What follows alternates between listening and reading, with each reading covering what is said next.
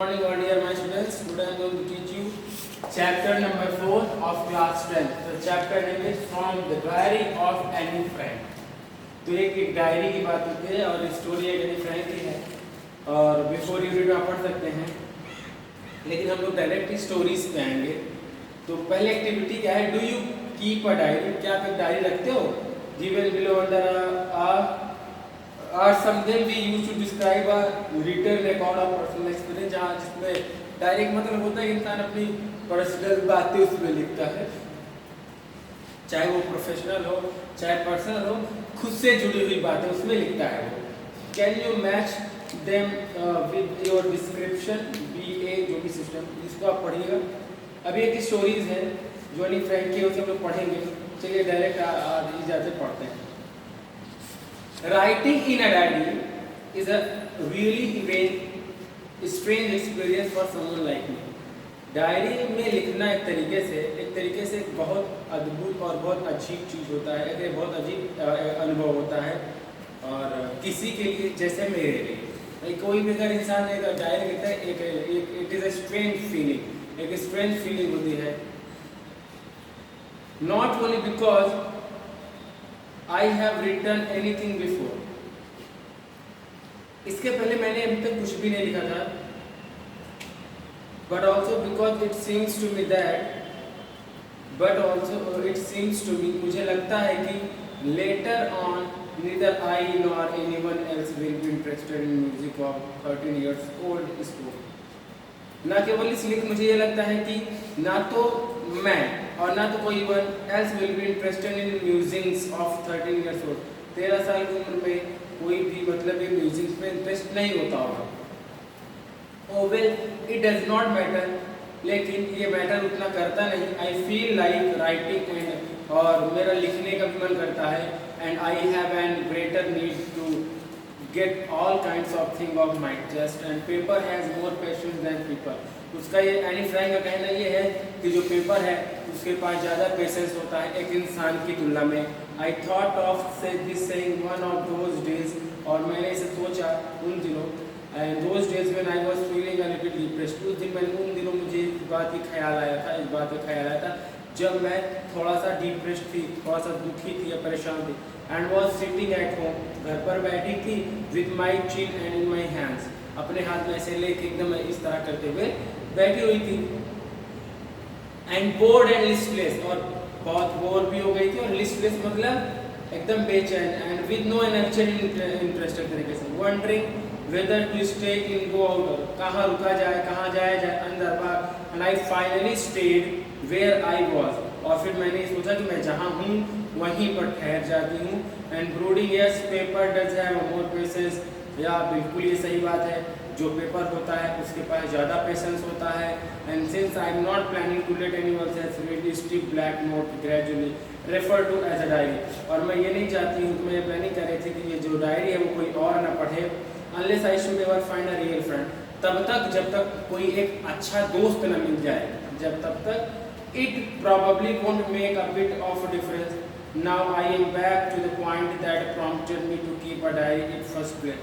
और तब I am back to point that I prompted to keep a diary in the first place. I don't have a friend. मेरे पास तो दोस्त नहीं, इसीलिए मैंने उसे ऐसी जगह रख दिया जहाँ पे वो कोई से छू ना पाए। तो मैंने अपने आप को प्रॉम्प्ट किया। Let me put it more clearly. ठीक है, मैं इसे और अच्छे समझाती हूँ आपको।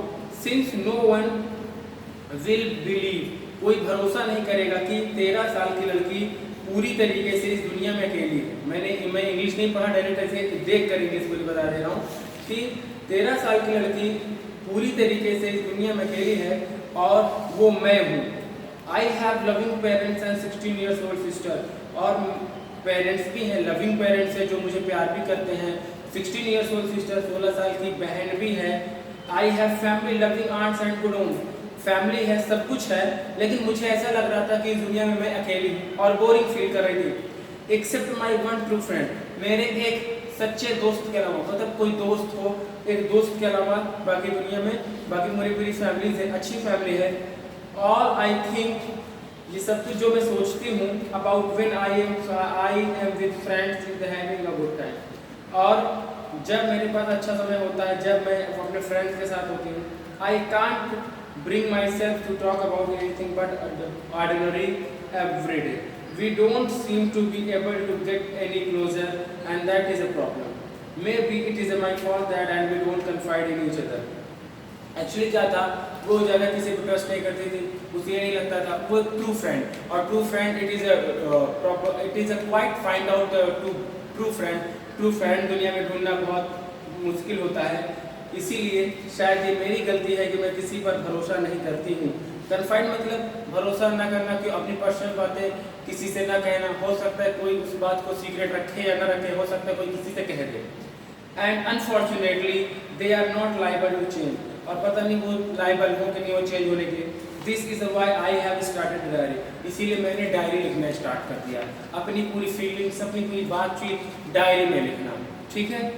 To enhance image of long awaited friend in my imagination, और मैंने लॉन्ग अवेटेड फ्रेंड जो मतलब जिनकी बहुत दिन से एक तरीके से एक इंतजार था उस फ्रेंड का, तो हमने एक अपने इमेजिनेशन में जो था, I don't want to jot down and facts in the diary the way most people would do, but I want the diary to be my friend, और मैं चाहती हूँ कि मैं उस डायरी को अपना दोस्त बना लूँ। and I am going to call this friend Kitty, और मैं इसे क्या बुलाने जा रही हूँ, किटी। एक नाम दे दिया उसे, क्या मतलब बना दिया, kitty. Since no one would understand a word of my story to Kitty if one to plunge right in, और कोई इसको नहीं जानेगा अगर मैंने उसमें ये लिख दिया किटी, क्योंकि जब उसमें बार बार किटी लिखे गए लोग सोचेंगे इसके कोई फ्रेंड होगी किटी, लेकिन उसने डायरी का नाम क्या रख दिया, किटी रख दिया। I'd better provide a brief sketch of my life, और ये मेरे लिए बेहतर होगा कि मैं अपने लाइफ का स्केच एक ब्रीफ में दूं, much as I dislike doing that, और जो मुझे ज़्यादा पसंद नहीं है वो करना। My father the most adorable father, जो मेरे एकदम अच्छे जो पिताजी थे, मोस्ट एडोरेबल, जो बहुत मानते थे। I have ever seen didn't marry my mother, did not marry my mother until he was 36, जब तक 36 की नहीं थी तो उन्होंने मेरे मम्मी से शादी नहीं हुई थी। एंड शी वॉज 25, वो 25। My sister Margot was born in Frankfurt in Germany, मेरी जो बहन है मार्गॉट, वो पैदा हुई थी जर्मनी के फ्रैंकफर्ट में 1926 की बात है। आई वॉज बॉर्न ऑन 12 जून, मैं 1929 में 12 जून को पैदा हुई थी। I live in Frankfurt until I was 4, जब मैं फ्रैंकफर्ट में रहती थी जब मैं 4 साल की मात्र थी। My father immigrated to Holland in 1933, 1933 में वो होलैंड इमिग्रेट कर गए। My mother Edith Hollander Frank went with him to Holland, और वो अपने हस्बैंड के साथ वो भी वहीं पे चली गई। इन सितंबर का महीना था। While Margot and I were sent to Aachen too, मुझे हम मेरी बहन को मुझे एचएन भेज दिया गया टू स्टे विद ग्रैंडमदर, दादी जी के साथ रहने के लिए। मार्गॉट वेंट टू हॉलैंड इन दिसंबर, और जब दिसंबर का महीना आता है तो बहन भी चली जाती है वहीं अपने पिताजी और जहाँ मम्मी रहती है दिसंबर में। I followed in February when I was plunked down on the table as a birthday present for Margot. I started right away at the Montessori. Plunk down का मतलब क्या होता है, एक इनफॉर्मल वर्ड है बेटा ये, put down in casual way, तो अपने आप को मैंने क्या किया, I was plunked down on the table, तो plunk down में से टेबल पे बैठ गई as a birthday and present for God. I started right away the Montessori nursery school, I तो वो मॉन्टेसरी नर्सरी स्कूल में उसने जाना स्टार्ट कर दिया।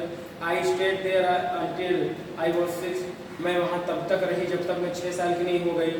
Eight which time I started in first form, in the 6th form my teacher was a Kuperus the headmistress at the end of year, और headmistress उनकी Kuperus थी जब साल खत्म हुआ। We were both in tears, और हम दोनों लोग क्या करें, रोने लगे, in tears. As we said heartbreaking farewell, जब स्कूल कंप्लीट हुआ तो विदाई होने लगी, एक तरीके से फेयरवेल जब जाना था तो यहाँ पे वो लोग रोने लगे। इन द समर ऑफ 1941, गर्मी का महीना था, 1941 की बात है। ग्रैंडमा फेल इल, ग्रैंडमा बीमार हो जाती है। And had to have an operation, और एक ऑपरेशन भी होना था उन्हें। So my father passed with little celebration, grandma died in January 1942। और so my birthday passed with the little celebration. तो जब दादी जी माँ बीमार हो जाती हैं तो उसका जो बर्थडे होता है वो ज़्यादा बड़ा तो सेलिब्रेशन नहीं होता है, छोटी मोटी सेलिब्रेशन साथ वो हो जाता है। फिर जनवरी में 1942 में दादी जी माँ का देहांत हो जाता है। No one knows how often I think of her, और कोई ये नहीं जानता है कि मैं उन्हें कितना मिस और कितनी बार उन्हें याद करती हूँ। स्टिल लव हर, और मैं उन्हें अभी भी प्यार करती हूँ। दिस बर्थडे सेलिब्रेशन इन 1942, और ये जो सेलिब्रेशन था 1942 में was intended to make up for others. Grandmother's candles was lit along with the rest, the four of us, और हम चारों में से क्या था, आर डूइंग वेल, हम लोग अच्छे थे। And that brings me to present date of 20 June 1942, और 20 जून की बात है, जो गिफ्ट भी लाया उस दिन जब बर्थडे होता है लोग गिफ्ट भी लाते हैं। And the सॉलेम dedication of my diary, और जो सबसे इसका गंभीर एक तरीके से जो एक डेडिकेशन देना था वो दादी जी को देना था, एक तरीके से डेडिकेशन था। उसने अपनी एक ब्रीफ स्टोरी बताई है, अभी उसने डायरी लिखने से पहले एक स्टोरी बताई कि एक ऐसी बच्ची होती है जिसको ये लगता है कि पेपर के पास ज़्यादा पेशेंस होता है एक इंसान के कंपैरिजन में, और वो ये बताती है कि दुनिया में मैं अलोन फील करती हूँ, और एक ब्रीफ में अपने पूरे फैमिलीज का वो ब्रीफ देती है कि उसके माता पिता और उसकी एक बहन है जो 16 साल की दादी हैं। फिर वो इमिग्रेट कहीं और चले जाते हैं, इमिग्रेट कर जाते हैं। फिर दोनों बहन को साथ में दादी जी के पास भेज दिया जाता है।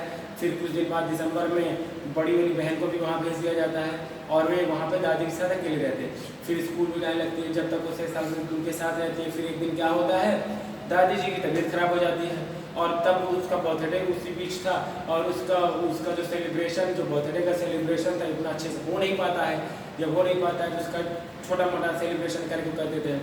जनवरी में उसकी दादी की डेथ हो जाती है, जनवरी में उसकी दादी डेथ हो जाती है। तो एक तरीके से मैं आपको ये बताना चाहता हूँ कि ये अभी तो उसके फैमिली की एक मेंबर कहानी ये है कि उसके फैमिली में उसकी एक बहन है, मम्मी पापा हैं, उसने बोला लविंग पेरेंट्स हैं, दादी थी।